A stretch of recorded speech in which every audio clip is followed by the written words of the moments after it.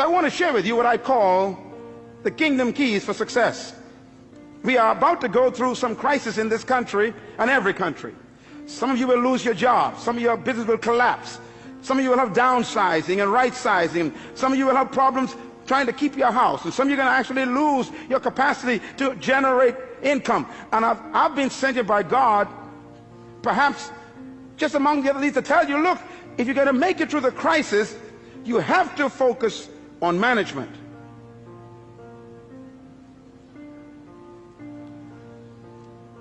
Here's God's successful key. Genesis 1:28 says these words, and the Lord blessed them, and God said unto them, be fruitful and multiply and replenish the earth and subdue it, and have dominion over the fish of the sea, the fowl of the air, and over every living thing that creeps upon the ground. Now, listen carefully, because this is really the heart of God's mandate. In Genesis 1:26, God says these words about you. Let them have dominion over the earth. In Genesis chapter 1 verse 28, God tells us how to do it. Dominion means to govern, to rule, to control, to manage, to lead. Now in verse 28, he tells us how to dominate the earth. He gives us the process. Please get your pen. You're going to write this down, because anyone who wants to dominate in the earth will have to follow God's simple process. First of all, the 4 keys or principles of success in God's program. Number 1, be fruitful. God never said to be seedful. The first command God gave man was to be what? Fruitful. It's impossible to produce fruit unless it was preceded by seed. God will never demand what doesn't exist already. So God's first command is to be fruitful. Now, when I looked at the word fruitful in the original Hebrew, it does not mean to have children. It shocked me. For example, if having children was the essence of God's command, then Abraham didn't do a good job with just one legitimate child.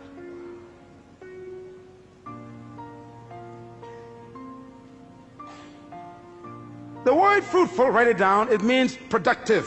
Be productive. God's first command to humans is be productive. That means produce something. Poverty is the absence of self-production. I remember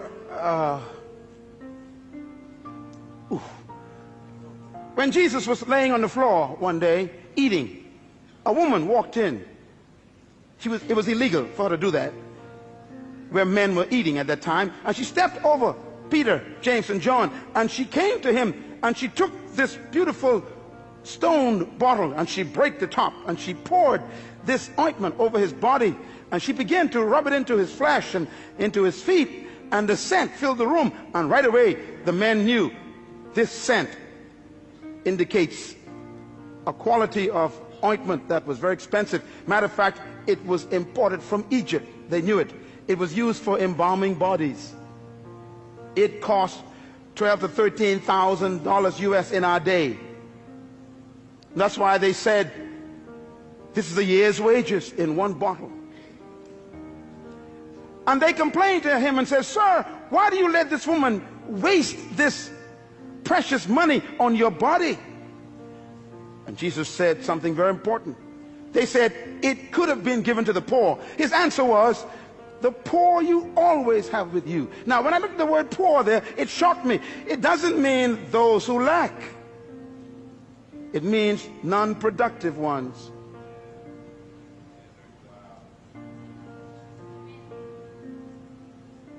The first command of God is produce. Poverty is when you stop producing. And by the way, stay with me here. God said to Adam, be fruitful. God never gave Adam a chair or a table. He hid them in the trees.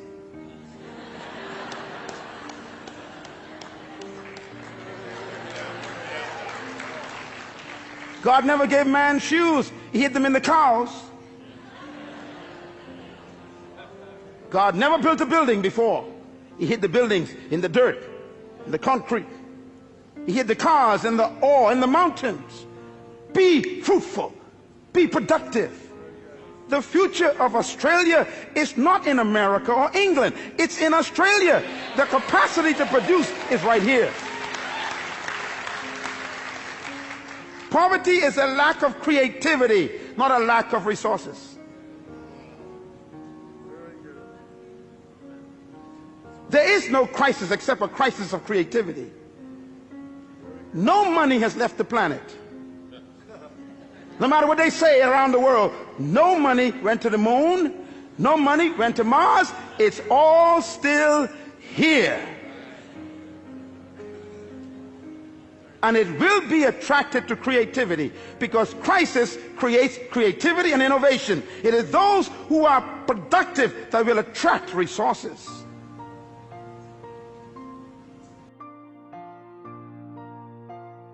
Is multiply. Multiply means to reproduce what you produced. If you follow any successful company, you know, I was driving here a moment ago and I just saw McDonald's.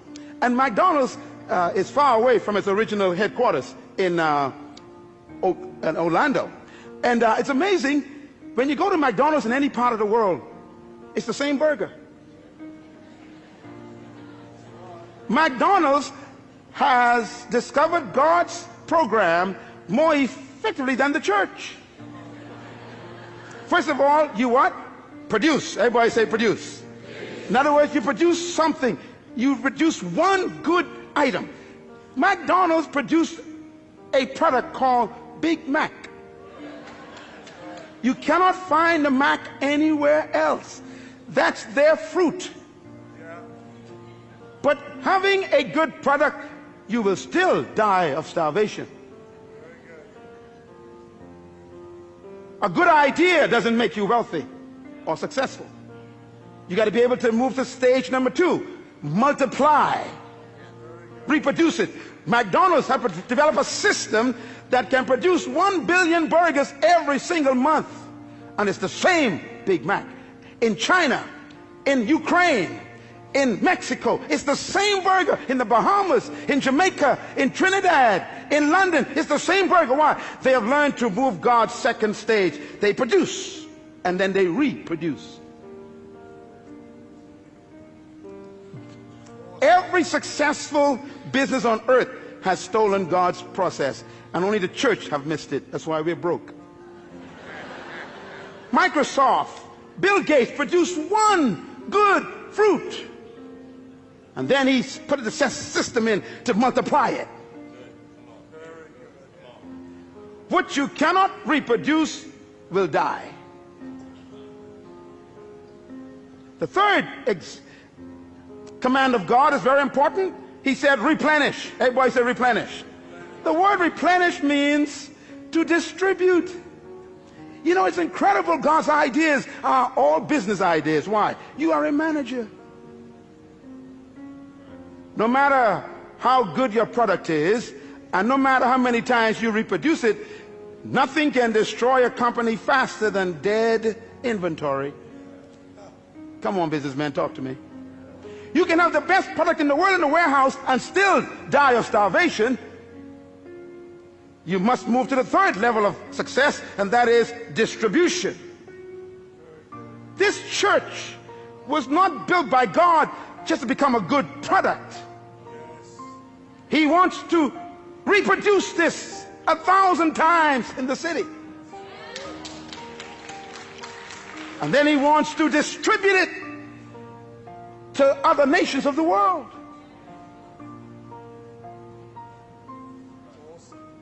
Any company, anywhere in the world, who are successful have followed God's program. The fourth level of God's success management program is, he said, subdue. Subdue means to control the market. You know, McDonald's have no interest in competition. They are after domination. Yeah. If you are in business and you don't have a plan to dominate the market, get out of the business. Bill Gates is the wealthiest man in the world today because he was the most successful human so far in our generation who successfully followed God's program. He produced a fruit, he reproduced it, and then he distributed it in every computer, and he was so successful that the entire government was threatened in the United States. He began to dominate the entire computer market. So they called him into Congress, sat him down, and said, you can't do this. You're too successful. You can't control every computer in the world. His success made him a threat. What are you doing with your gift? That's why I'm here today. You were born with a gift. Oh, I need 2 more sessions for this. This is too important. Listen to me. Your life is a packaged seed bag.